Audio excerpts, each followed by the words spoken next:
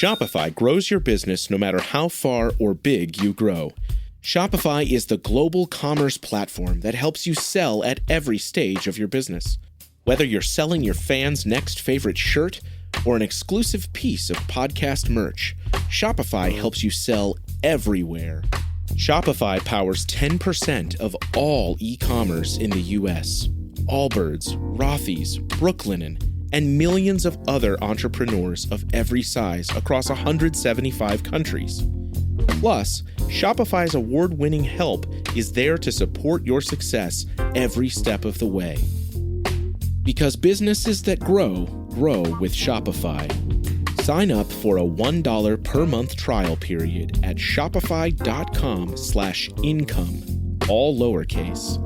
Go to shopify.com/income now to grow your business, no matter what stage you're in.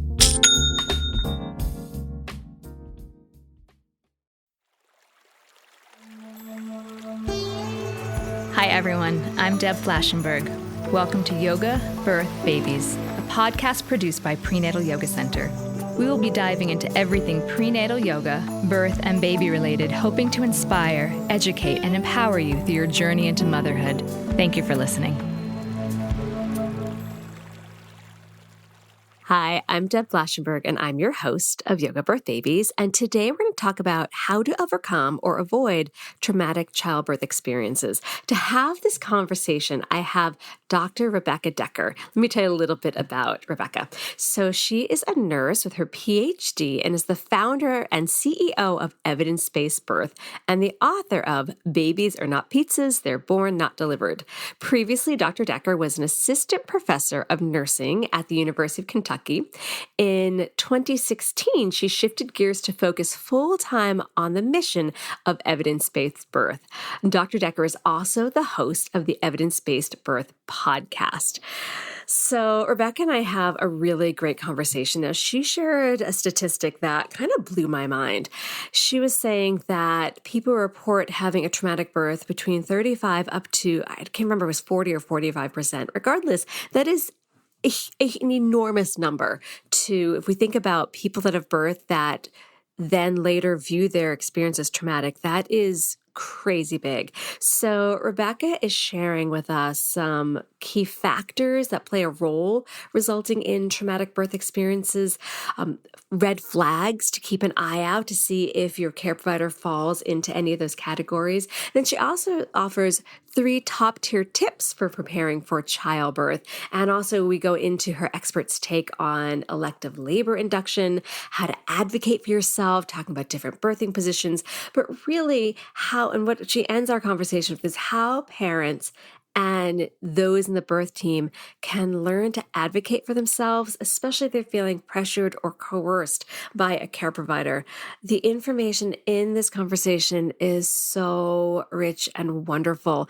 And I'm so confident by the end of this conversation, you are going to feel so much more ready to move into that experience and have the confidence of your team around you so that your experience is very supportive to what you're going through, that we hope that you are not one of those that fall into the traumatic birth. We're looking for you to avoid that. And I really think Rebecca has some really key information for you, and I'm excited for you to hear that. Before we get into my conversation with Rebecca Dekker, let's talk about, as always, what's happening at Prenatal Yoga Center. We've got some new workshops on the horizon. I can't give you the details yet. They'll be unveiled very soon, but I am super excited for you to learn about them. The workshop is going to be very much in concert with what we already teach at PYC, and it's actually led by one of our PYC teachers. That's the most hint I can give you, but I'm very excited for you to learn about that soon. We are continuing plowing forward with all of our workshops. They're in studio and online, and of course our prenatal yoga classes and our postnatal classes and our baby and me. So you can check all that out on the website. And at this point, we've wrapped up our teacher trainings for, remember, I think of everything in a school year, our 2023-2024 school year. I'm now on a break from teacher training until the fall. We have 4 trainings we do a year, 3 online and one in person, that's our prenatal, and then one online postnatal. There's only a few spots left for the September, October online prenatal yoga teacher training. So if you are interested in a very in-depth training, take a look at that. Go to our website, find that. One more thing I'd like to ask is please take a moment to leave a rating and review of the podcast. It helps people find us. And the whole purpose of our podcast is to support the community. So the broader spread we have, the more people we're hoping to support as you go through this transformational journey. And I think that's it from me. All right, let's take a super quick break. When we come back, please enjoy my conversation with Dr. Rebecca Dekker. Look, Bumble knows you're exhausted by dating. All the must not take yourself too seriously and 6'1" since that matters. And what do I even say other than hey? Well, that's why they're introducing an all-new Bumble with exciting features to make compatibility easier, starting the chat better, and dating safer. They've changed, so you don't have to. Download the new Bumble now. This is the story of the one. As a maintenance engineer, he hears things differently. To the untrained ear, everything on his shop floor might sound fine, but he can hear gears grinding or a belt slipping.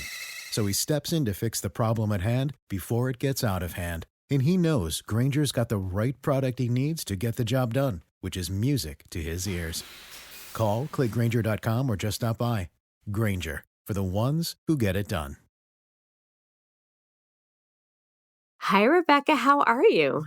I'm good. Thank you so much for having me back on the podcast. I know I'm really excited because as we figured out the years, I think the first time I spoke to you was 2016. So it's been a minute, but I'm really excited. Almost a decade. I know, which is bonkers.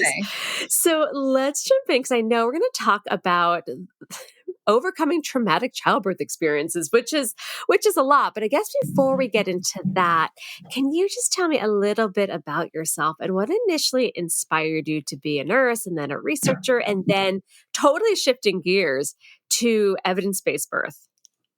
Sure. So my mom is a nurse, and I got the opportunity when I was growing up to do some volunteer nursing work with her, shadowing her. And I saw firsthand, actually, particularly in how she helped pregnant women and teenagers and their babies, and how just a little bit of nursing education and knowledge could be life-saving. And so that was what inspired me to shift gears. I originally wanted to be a veterinarian, and I switched to wanting to be a nurse. And so I went to nursing school, and then I was inspired to become a nursing educator because education has always been something that I love doing. So I got my master's and then my doctorate with the goal of being a nursing professor. And so for many years, all through graduate school, and then for 6 years afterwards, I was teaching nursing students and doing research, because a PhD in nursing is a very research-heavy degree where you're learning all about how to critique studies and to do clinical trials, enroll patients, analyze the data, publish papers, and that sort of thing. So I thought that was going to be my life. But then I had my first baby and then my second, and the two experiences were so different. The first was, I would call it somewhat traumatic. And then the second one was the opposite. It was completely empowering. And that inspired me to shift my research interests into birth, because before that, although I had been collecting the research on different childbirth practices for my own personal use, I had actually been in a different field entirely of cardiovascular nursing. And I decided to shift research interests. And as part of researching birth, I decided to start a blog just so I could kind of post my findings as I went. And I invited people to come on that journey with me. And before I knew it, within a couple of months, there were just like thousands, and then tens of thousands, and then hundreds of thousands of people, waiting to see what I would write. And it was a really fascinating journey that we all went on together. I was one of those people. I watched your blog grow because I've been in this field for over 2 decades. And I remember when you came on the scene, it was exciting. I know that sounds really geeky, but it was exciting because it was, I mean, it's right there in the title. It was evidence-based. And I felt I could rely on what I was reading because I knew that you did the research. And I found that really exciting because it felt like I really understood. I didn't have to do the research. Like you did it right there. And the writing was so understandable to a layperson who didn't have the background of reading study after study and deciphering the information. So I remember it coming up, and I still go back to it many times if I'm looking something up. And if you pop up on my search, I'm like, oh, this is where I'm going to go. So I guess for those, I'm talking about your website and even your podcast, and some people may not know about it. So can you just briefly describe evidence-based birth? So at Evidence-Based Birth, we have a team of about 12 people, and there are 3 of us who focus on research. And we gather, collect, interpret, kind of analyze, and then write out in regular people terms the results of the research. And then we make that publicly accessible on our website. So if you go to evidencebasedbirth.com and then you go to our signature articles, that's where we post all of our peer-reviewed papers that are written for parents and professionals. And it's a really cool way of leveling the playing field so that you can come to your appointments with the same info that your provider should technically know, although they don't always know it. Similarly, a provider can show up at a prenatal visit and have these kinds of handouts and this information at their fingertips. So it kind of makes everybody's job easier. And so it started as a blog, shifted into a podcast, so the Evidence-Based Birth podcast. We also have a YouTube channel where all our podcasts are posted, as well as other videos, childbirth class, and then we do continuing ed for birth workers. So we're entirely self-funded. So we don't take any income from advertisers or sponsors. And we just fund through people who support our work, who want to support what we're doing. And so they take our classes online. It's great. It really, and I love that people can then have better communication with their care providers, which is what kind of, I'm going to use that as a segue to start talking about care providers. So let's start to talk about overcoming traumatic childbirth experiences, which we're hoping though people are going to avoid that. So I guess let's start with how likely is it for someone to emerge from birth feeling like they had a traumatic experience? Yeah, so it's more common than you would think. So birth trauma is defined as a birth event where there's actual or threatened serious injury or death, or if while you're giving birth, you feel like you were stripped of your dignity or treated inhumanely. And so it's estimated to happen in about 33% to 45% of all births in the United States. And this is one reason it's so common. If you go to a baby shower, people start sharing their birth stories, and about half the time they're pretty traumatic. It's almost like everybody's sharing these horror stories. And the sad thing is that, you know, it's not just about medical complications. Sometimes it is, and that's what causes the trauma. But more often than not, it's because you experienced cold, unsupportive, inhumane treatment, or you were degraded or made to feel like a piece of meat or like you didn't matter. Or your care providers, maybe they didn't communicate with you. They talked over you like you weren't there and there was a medical emergency happening. And so you take that medical emergency and you combine it with the fact that nobody's talking to you. Or you may experience coercion or pressure or fear tactics used on you, you know, being told that you have to comply to keep your baby safe. And then it makes you feel like your baby's life is in danger.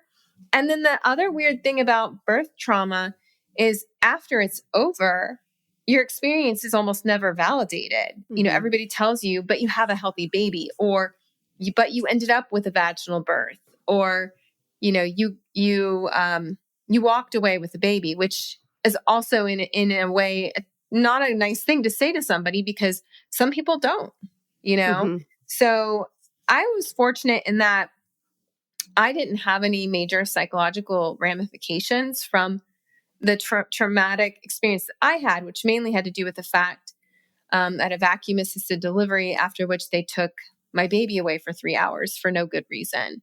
And that separation was the traumatic part for me. Mm-hmm.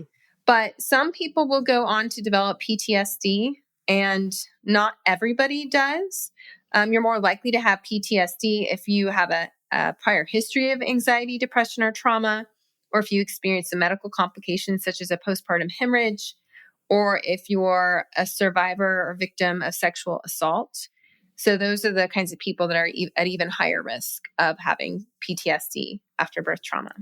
As when I was attending births as a doula, I saw a lot of what you just said. I remember there was one care provider in particular. She would talk to me instead of my client, the person actually birthing, and I would try to like shift the focus. And I don't know why she was talking to me, the doula, instead of my client, the one birthing. And then I had seen that scare tactic of like, this is for if you don't do this, something could happen to your baby. And no parent is going to, everyone's going to listen to that. And it is traumatic. I've also seen partners get traumatized from how their partner was treated. It's more prevalent. I'm glad that you shared those numbers because it's a lot more prevalent. And when we think about how common like a C-section is, about a third of people, you were saying, was it 35 to 45% of people? That's an enormous number. So when we compare that, it's just, wow, it's mind blowing. Mm-hmm. So what are some of the biggest factors that play a role resulting in a traumatic experience? So I think, what I mentioned earlier, it's in the definition itself. So it's the either experiencing some kind of life-threatening or potentially life-threatening illness or injury, but also the whole being treated inhumanely. So I would say a lot of birth trauma is preventable because you can't always prevent medical complications, but you can control how people care for you during those complications. Well, And let's go into unfortunately, so we don't have trauma-informed care in most of our healthcare settings for labor and delivery. There are nurses out there and midwives who are working really hard on trying to get the message out about trauma-informed nursing care and trauma-informed medical care, but it's still, I would say, is the exception rather than the rule. So let's talk about, I think what I'm hearing you say is the provider plays a huge role in someone having a traumatic birth.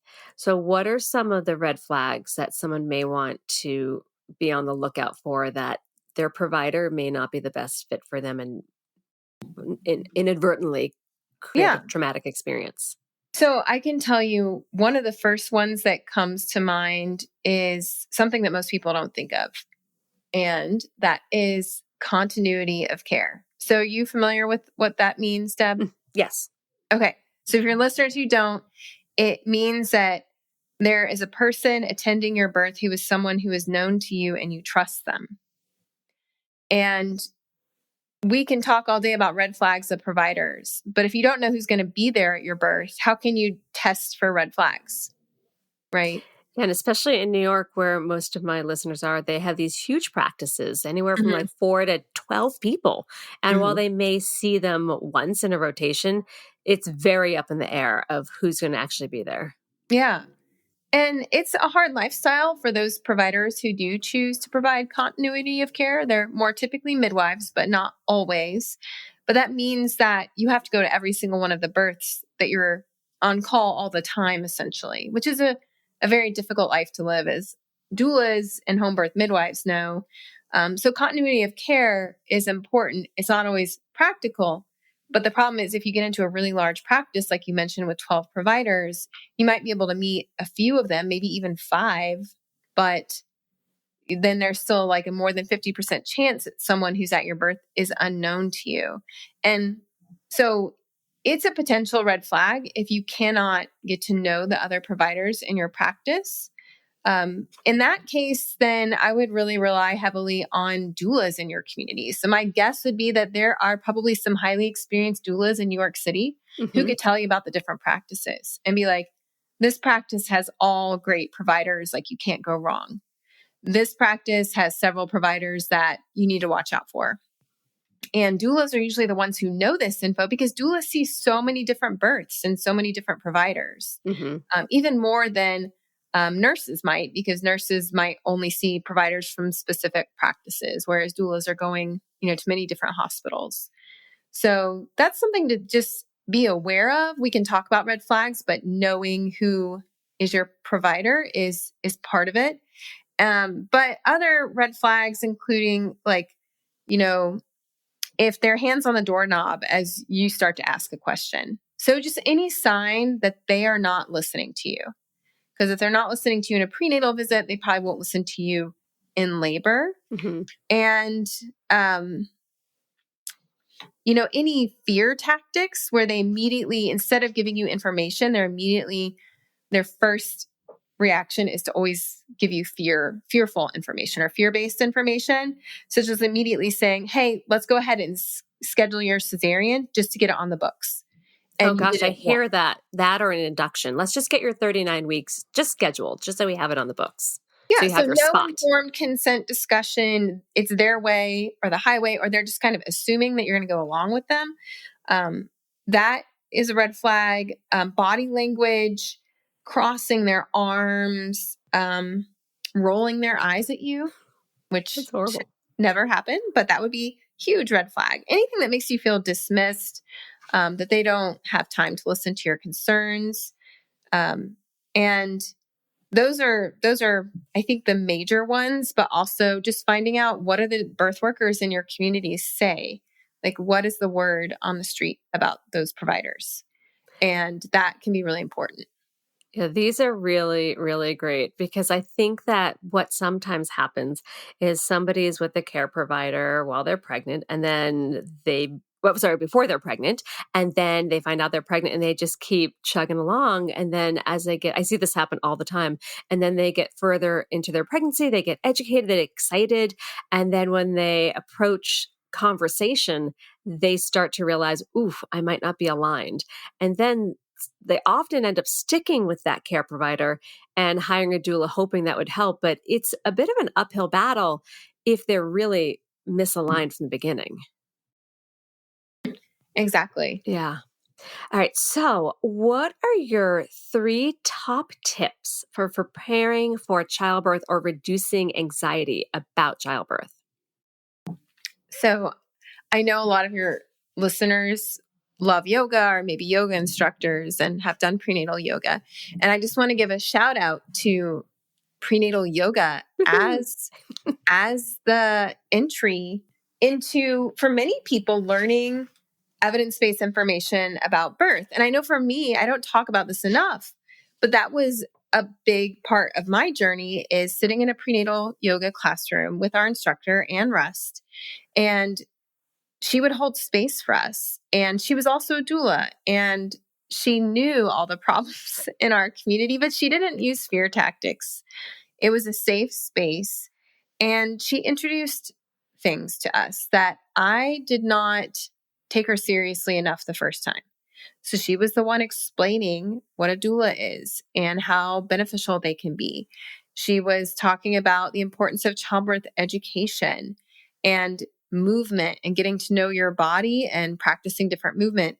And I hate to say it, but I did not listen to her advice about hiring a doula, and I did not. I love your honesty. Yeah. I just wasn't ready to hear it. And you know what? Also, my partner didn't want a doula, because this was 15 years ago and doulas were very still much on the fringe. Not many people knew what they were, which is different than today. Most people will know what a doula is. If you just ask random people in their teens, 20s, or 30s, they all seem to know what a doula is. And he didn't want a stranger at our birth. And that made me, think, I guess you're right. But then it wasn't until afterwards that I realized there were so many strangers in our room anyways, that was a really silly mental block to having a support person there. So definitely hiring a doula is one of the top 3 tips. Doulas have been shown in the research to lower anxiety, to lower pain, and to help you have a less complicated, healthier birth. So out of all the things that you can do, that seems like one of the most important if you can. And fortunately, we have a lot more ways of accessing doula support than we used to. A lot more grants and funding and nonprofits that did not used to be available. It used to just be, you had to shell out a certain amount of money, and that was the only way you could do it. Mm-hmm. The second thing preparing is really educating yourself. And I prefer education where you're getting mentorship from someone who's not an employee of the hospital, but that's my personal preference. Mm-hmm. I know there are some good hospital-based birthing classes, but I have found you get an independent perspective can be helpful. Mm-hmm. Someone who is understands the different hospitals and how they practice. Yeah, and they're not just kind of guiding you through the protocols of that specific hospital. You get a little bit of, like you said, a broader sense of all the options instead of just the option that the hospital may want you to follow. Yeah, and research has shown that independently run childbirth classes give you that information. Whereas in the hospital, there's immediately a conflict of interest because they don't want to tell you about their statistics or, ways to get around their policies because they're trying to get people to not rock the boat. They want you to be educated, but not too educated, if that makes any sense. So I think childbirth education has also been shown to lower anxiety, help you feel more prepared and confident. And for some people, I don't know if you've seen this, Deb, but some people approach anxiety in like one of two ways. Either they're anxious about something, so they have an avoidant response and they avoid everything, or they are anxious and so they gather as much information as they can. Mm-hmm. And although people who avoid information, they could theoretically still go on to have an empowering birth. I think if you're carrying that much anxiety and then you don't learn anything, it just makes the whole birth experience terrifying. Whereas if you are able to confront those fears in pregnancy, get educated, get information that makes you feel more powerful and more in control, then that can also go a long way to empowering your birth experience.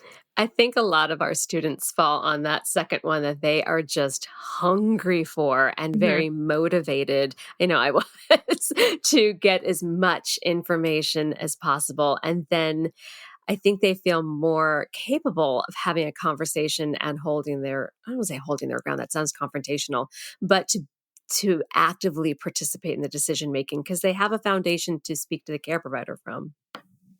Right. They do. And the information is important too, I think, and finding the right fit for the kind of information, you need.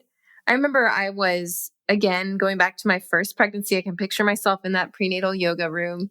And there was this sign on the wall for hypnobabies. And I just thought that was ridiculous. I was like, that is so silly. And then look at me now. I've had 2 births using hypnobabies and they were extremely empowering. And for someone like me who had a lot of anxiety about my birth after my first traumatic birth experience, it was really important for me to do that the second time, to learn the strategies for like centering myself and lessening my anxiety, which self-hypnosis programs are really focused on. Mm-hmm. So that was a good fit for me. So it's about finding the class that's the right fit for you.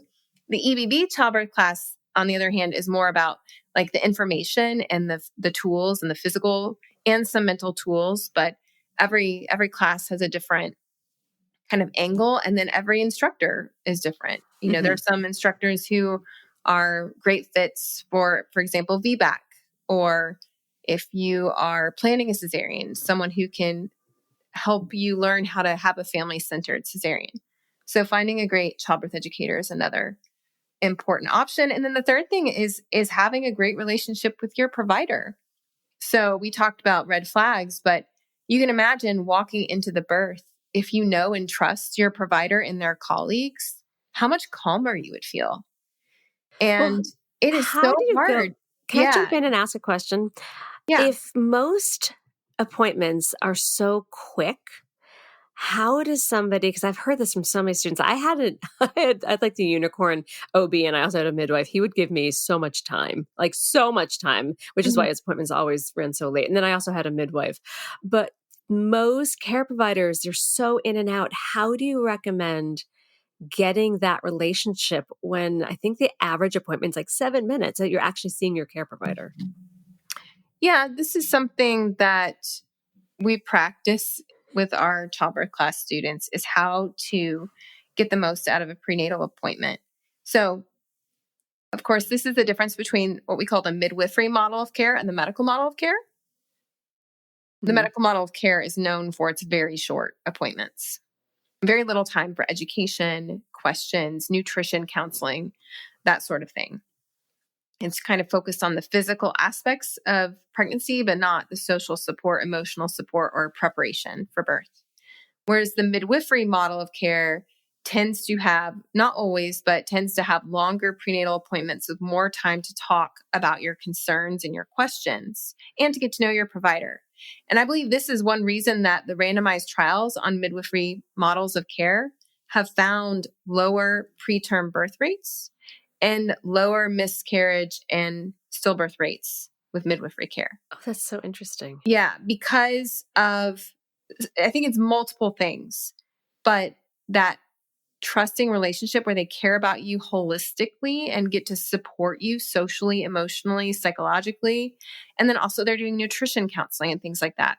So if you're really disturbed by the fact that your prenatal visits are 5 to 7 minutes long, that's something to think about. Is it an option for me to switch to midwifery care? You know, it may or may not be an option. That's something to think about. The other thing is to practice asking questions at your prenatal appointments. So what I recommend doing, especially if you don't feel comfortable using your voice or you feel rushed at your appointments, is to bring a sticky note with you that has written down 2, preferably 3 brief questions you can ask your provider so that you get in the habit of asking questions early and often, and that they then expect that from you. Oh, I love that. Yeah. So definitely encourage that. And then you have that in your hand. So you can't walk away, you know, or if they're starting to walk away, you can say, oh, I have these questions. And it's just on a little sticky note. So it's not overwhelming to them. But that's where it starts. And then you can see how they respond to your questions. Yeah, and then make a decision like, is this the person that's going to support me? My midwife would schedule 45-minute appointments. It was long. I liked it, but it was definitely long. Okay, we're going to take a quick break. And when we come back, let's actually talk a little bit about labor induction and if you want to schedule one. All right, we're going to take a quick break. We'll be right back.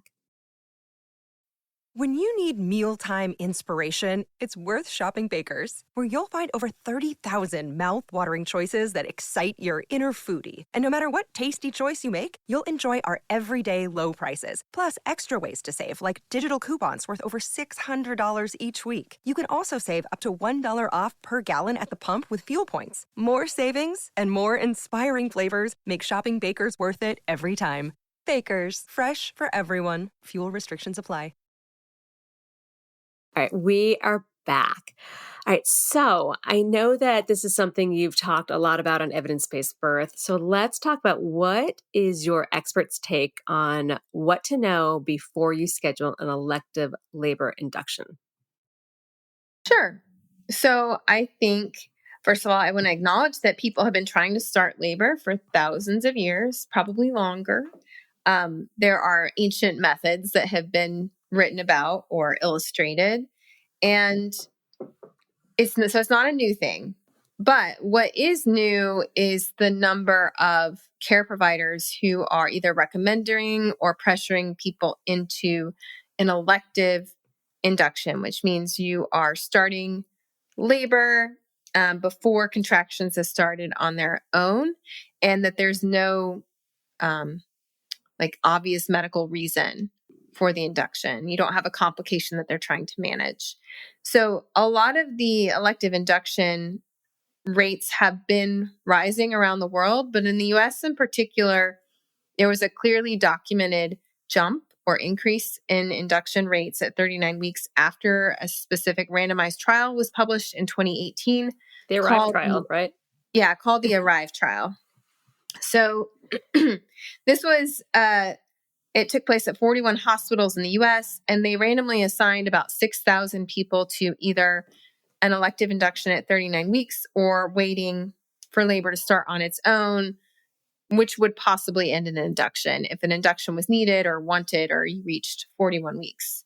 This was the largest study ever on this topic. And they mainly did the study to see if it was better for babies That tends to be a common theme with this research. They're not so much concerned about your experience as, the baby's health. And they actually found no difference in the primary outcome of death or serious complications for babies. But they did see a slight reduction in the cesarean rate. It was 19% in the elective induction group versus 22% in the expectant management group or the waiting group. There's also a lower chance of developing high blood pressure if you were induced early, 9% versus 14%. So as you can see, these study results were not conclusive. They did not show the world, hey, this is the best thing in the world. Let's start doing it.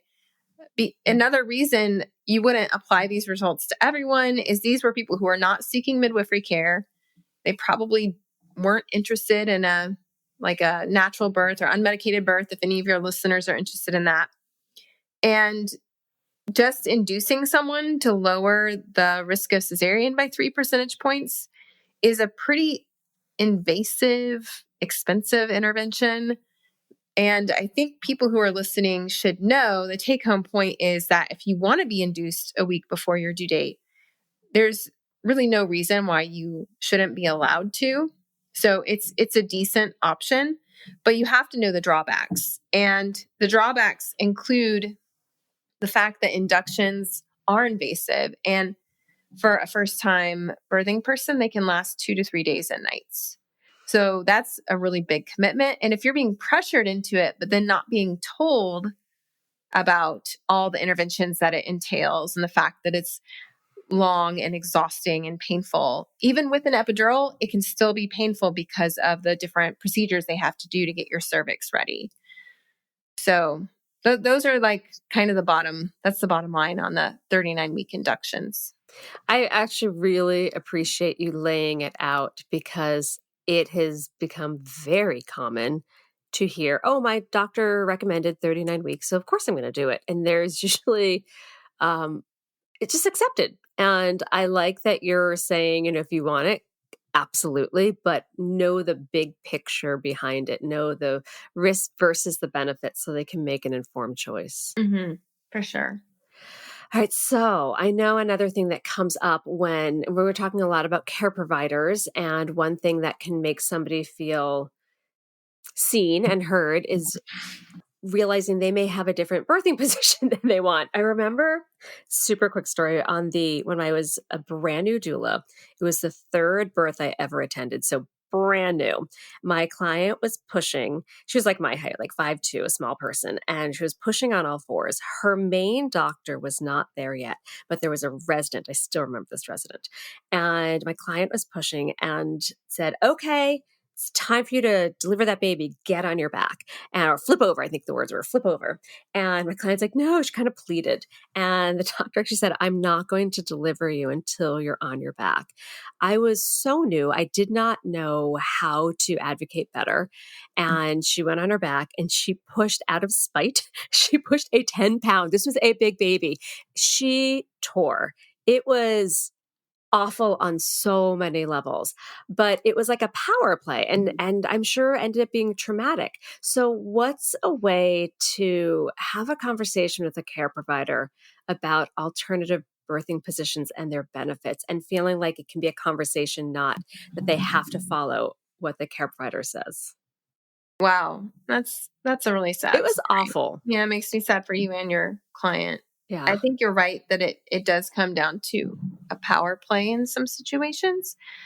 In some, and others, it just might be a fear issue. One of the things that I've learned in looking at the research and just being involved in birth in the last 12 years is that many providers have never seen an upright birth.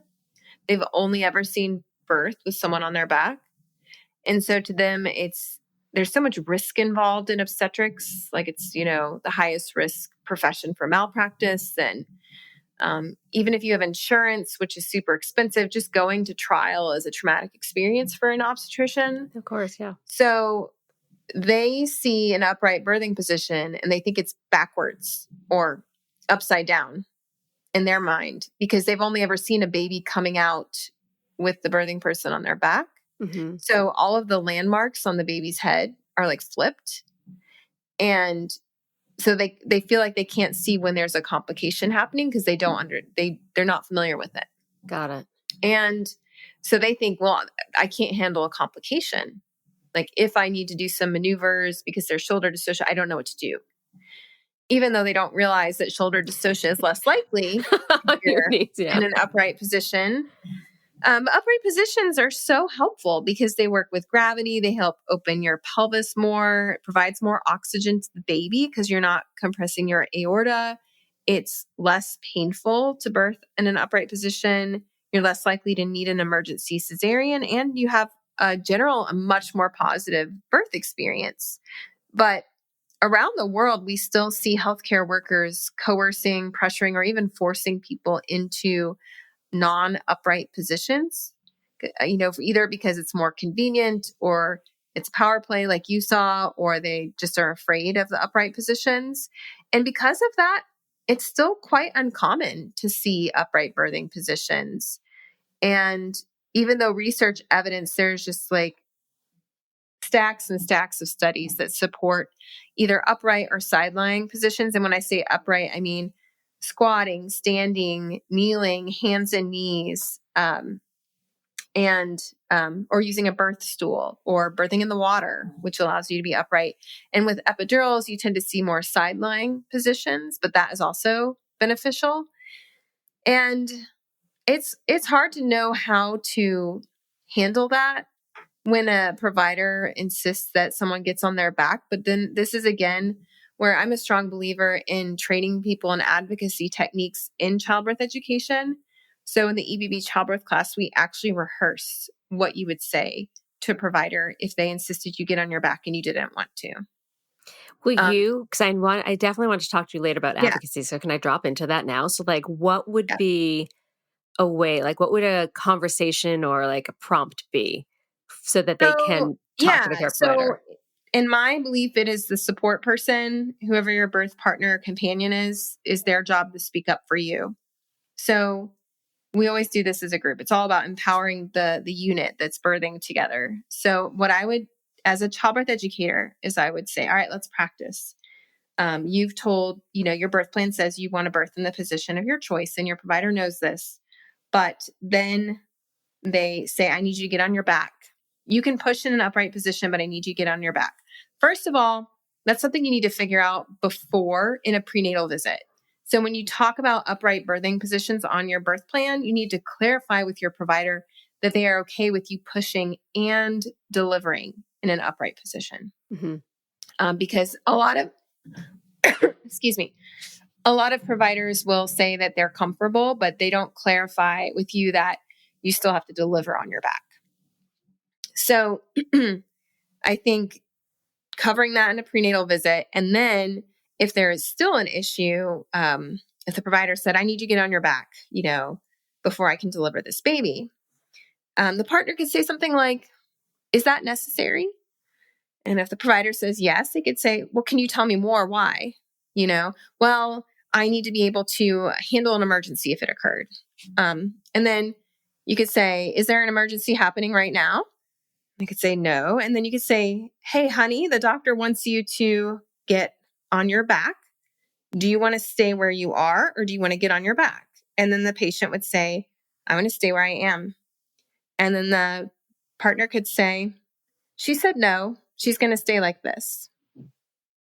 I love that. So that's an example of something we would rehearse. But I love the she said no or they said no line, because you're just amplifying. You take what the doctor's saying, you translate it to them. I mean, if it's clear it's not an emergency, then there's no reason, then the person can do what they want to do.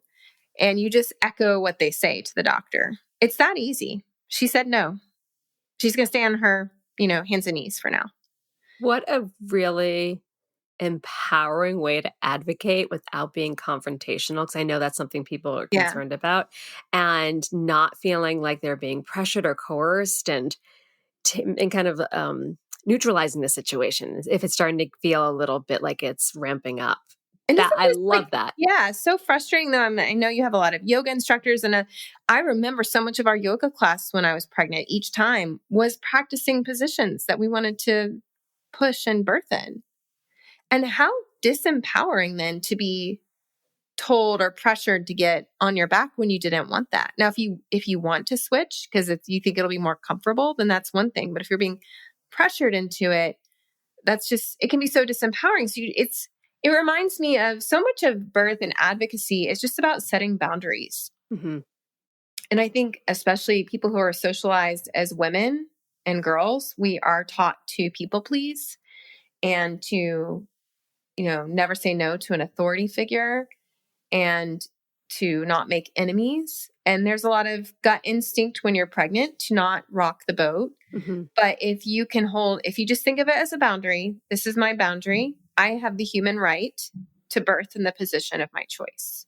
And you stay firm in that right. And the people you brought with you to the room also know your wishes and your rights, and they can just reaffirm your rights. Yeah, we actually talk a lot about that in our classes about making choices. We try to make our language and our offerings very invitational so that people can make choices about what's best for them. Because my thought is if they can start to exercise that muscle on the yoga mat where the stakes are pretty low, you don't like something, you don't do it. So if they can exercise that muscle there, it can feel like, oh, I can go not against, but I can handle bigger situations where I'm holding my bounds and I'm making choices. Yeah. So and making sure it's not just you though, that you have a support person there who is ready to stick up for you and know that the World Health Organization says this is like a huge issue, that women should be supported in birthing in the position of their choice. And so it's considered obstetric violence to be forced or pressured into a position you don't want to be in when you give birth. Yeah, I love when I'll have my students, I'll say, well, ACOG said this. And that way I feel like they're then talking to their care provider kind of like, we're on the same team. So why are we not really seeing it the same way? I'm really enjoying this. All right, we're going to take one more break. When we come back, what is one final tip or piece of advice you would like to offer new and expectant parents? We will be right back. So what is one final tip or piece of advice you would like to offer new and expectant parents? You have so much to draw from. I'm so curious. I know, that's a really hard question, actually. You're a parent, you're a researcher. 3 tips or 4, but one is, so talking to people who maybe are pregnant right now or planning on having a baby in the future, and you're thinking, oh no, these red flags were really concerning to me. I don't know if my provider is going to support what my choices are. And I would just say, if you're not pregnant yet, then you have plenty of time to do some research and find the best person for you to be your provider. And if you are pregnant, there's always time to educate yourself and build a supportive team. I have a friend who switched providers and hospitals on her second to last day of pregnancy, and she was 42 weeks pregnant. Amazing. Yeah. And I have known other people who fired their provider during labor. So it is never too late. It may feel like a trap, but you can be creative. You can be resourceful. You can find a way to get people you can trust at your birth. And if for some reason you feel like it's not possible, then just make sure you have strong advocates in the room with you. Have a doula, be educated, make sure your partner is ready to speak up on your behalf. And Can I ask a follow-up to that? Yeah. So if someone's hearing this and they're like, yes, I want to be empowered, and they're like head to head with their care provider and they want to fire them on the spot, what happens? Who then steps in? I mean, usually there's more than one provider at a hospital. I guess if you're in a small rural area. So in our class, I call this last resort advocacy. Okay. So this is kind of like, it's like, it's the Hail Mary. It's well, and it's really bad, right? They're verbally abusive, or they are ignoring your wishes, or they're being, some other way making you feel causing trauma. Safe. Yeah. You can't birth safely if you don't feel safe. So if somebody is making you feel like you're in in danger, you're at risk, you can't have a safe birth experience with them, then what I would do is have the partner, and I give them all these scripts in our class, find the nurse and say, we no longer are going to work with Dr. So-and-so. He or she is no longer allowed in our room. Oh, wow. And then it's up to them. It's their problem now. It's not your fault that they're abusing you. Right. You don't need to, it's not your job to go find another doctor to replace them. But most of the time there's somebody else who can come in. And most of the time they come in really willing to help. Feeling bad that you've had a bad experience. And the same can be said for nurses. Not every nurse is the right fit for every patient. And you can also have language like where you go to the nurse's station, ask for the charge nurse, and just say, I don't think it's the right fit between us and our nurse. Could you please find us another nurse? That's great advice too. Yeah. So just remember, and those are very last resort. Right. I rarely see that happen, but just know that, again, it's your birth, your baby, and you're the paying customer. So you got to take that feeling of empowerment and bring it to your birth. And education helps with that. Having a strong team supporting you helps with that. And hopefully this is something that you don't have to do. Your partner or your labor support companion, whoever they are, could help with this. Really good advice. And I'm sure people are going to feel more empowered. Where can people find your work? So you can find the Evidence-Based Birth podcast on any platform and on YouTube. And then go to evidencebased.birth.com. There is a form on the homepage to sign up for a crash course on evidence-based care. And then you can also click on the blog to see all of our signature articles. And I will make sure all of that's in our show notes. Rebecca, it was so nice reconnecting after almost a decade. I know. Thank you so much, Deb, for having me on the podcast. Absolutely. Thank you. This has been an episode of Yoga Birth Babies, produced by Prenatal Yoga Center. You can catch us on Facebook, Twitter, Instagram, and Periscope. I'm Deb Flaschenberg. Thanks for listening.